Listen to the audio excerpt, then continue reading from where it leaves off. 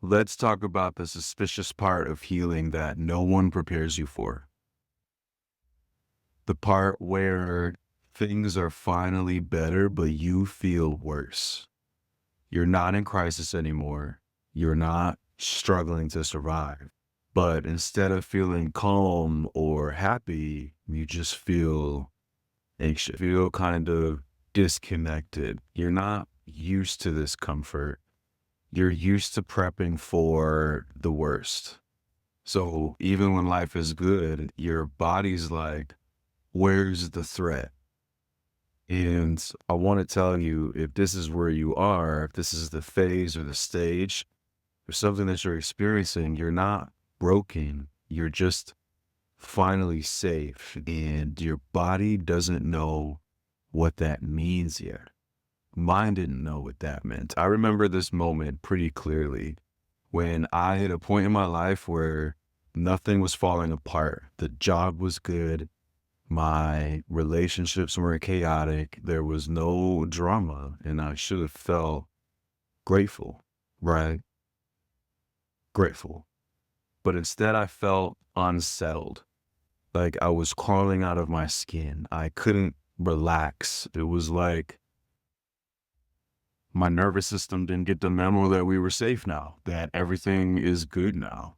And it made me feel kind of guilty, like something was wrong with me for not being happy. And this is what I've learned since that feeling is part of the healing process. It's normal. Let's break it down for a second. When you've lived in survival mode for years, or maybe your whole life, your nervous system gets trained to expect crisis, to expect the shoe to drop. It's like you've been living in a war zone with no exit. That's what it feels like in your nervous system. And hypervigilance becomes your baseline. You're always scanning, always prepping, always bracing. So when the war finally ends, when you're safe, your body doesn't just magically relax. Imagine that. It thinks, I'll stay alert because something's coming.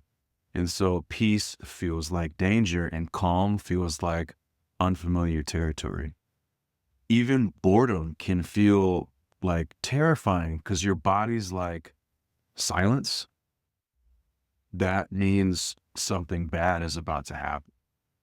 But that's not the truth. And you might understand that intellectually. That's conditioning. And it takes a while to condition yourself for something different. I've seen this with so many people, women I've worked with who finally built the life that they used to pray for. And they're still holding, bracing, waiting for it to fall apart. They're exhausted, not because they're in survival mode anymore, but because their nervous system still is.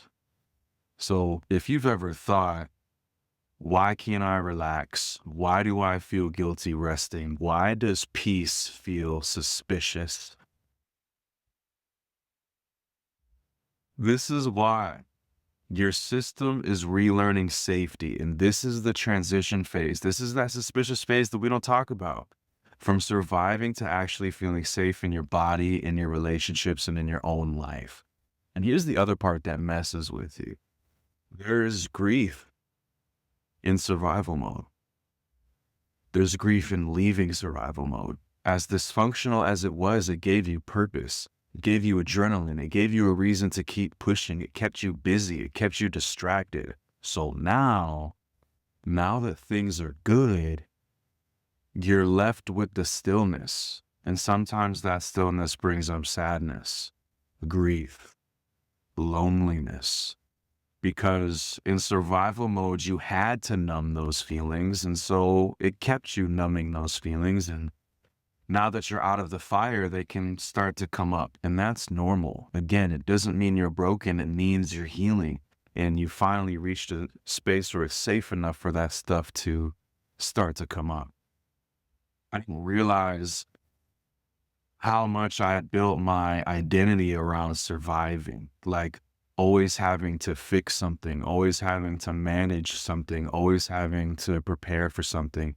And when all of that quieted down, when things finally got stable, I didn't know what to do with myself. I felt restless. I felt fidgety, almost like I was failing at healing because I wasn't relieved. I was uncomfortable. There were so many moments where I'd be sitting in my apartment with like nothing wrong, nothing urgent, but my brain would still be like, what are we missing? I'd check my phone. I'd reread conversations. I'd open the fridge because I was hungry, or not because I was hungry, but like because just the stillness was like unbearable. And I kept feeling like something bad was going to happen. Peace was the part of the movie before the plot twist. I had to learn over and over and over again that nothing was wrong. I was just experiencing safety for the first time, and it didn't feel warm or cozy at first. It didn't feel soft at first. It felt confusing. It felt like withdrawal. I had to let it feel uncomfortable and weird without running, without numbing it. And that's one of the hardest things that I've ever had to do.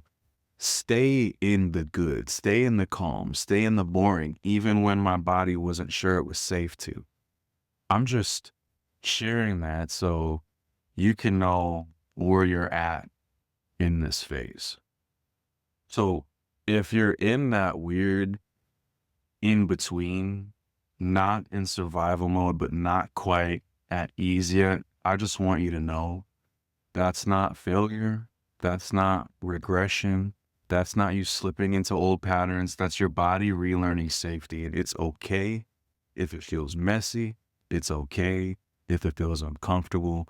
This is where softness becomes your strategy. This is where you're allowed to rest, allowed to receive. You're allowed to feel good without something going wrong right after. So let that land for a minute. If this spoke to you, drop a comment. Let me know where you're at in this journey. I posted something on my TikTok the other day, kind of talking about this, and there were, a lot of women who felt like they felt guilty for resting, or they felt like it was impossible to slow down, and they didn't, no one really kind of prepares you for this space where you're not in survival mode anymore, but generally speaking, things are good. But like, why doesn't it feel good? So I've been there. I just wanted to normalize that. Hopefully this video helped you with that. And consider commenting, subscribing. I would love to hear from you. And I'll see you in the next.